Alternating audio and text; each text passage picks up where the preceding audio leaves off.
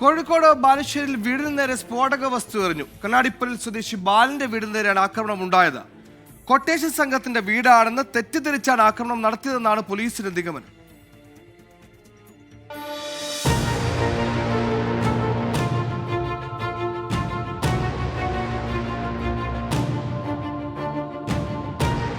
ശനിയാഴ്ച പുലർച്ചെ 4:10 കണ്ണാടിപ്പൊയിൽ സ്വദേശി ബാലന്റെ വീടിന് നേരെ ആക്രമണമുണ്ടായത്. ബാലൻ ഉൾപ്പെടെയുള്ളവർ ഉറക്കത്തിലായിരുന്നു. ശബ്ദം കേട്ട് ഉണർന്നപ്പോഴാണ് വിവരം അറിയുന്നത്. വീടിന്റെ ജനൽ ചില്ലകൾ തകരുകയും വീടിന്റെ ഭിത്തിയിൽ വിള്ളലുണ്ടാവുകയും ചെയ്തിട്ടുണ്ട്. കുടുംബം പോലീസിൽ പരാതി നൽകി.